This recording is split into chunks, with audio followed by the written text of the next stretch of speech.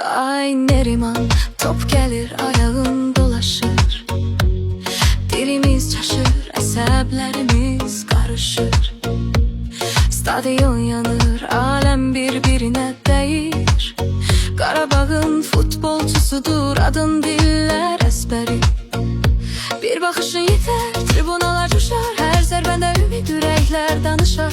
Bəzən yıxılsan da yenə qalxarsan. Bu meydan sənin, tarix yazarsan. Qaç Neriman, bu yol sənin yolun. Top ayağında ürək, Qarabağın qolun.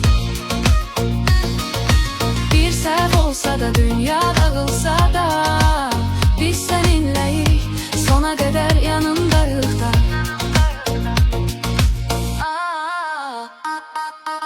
Ayaklar yorgun, geceler meşkte. Arzular büyük, bakışların semte.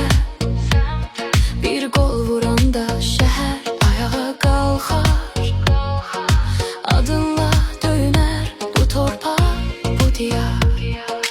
Alnında ter, gözünde alov.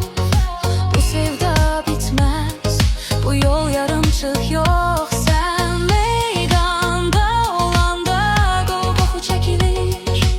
Ümit yeniden kalplere sepilir. Kaç Neriman, bu yol senin yolun. Top ayağında ürək, Qarabağın qolun.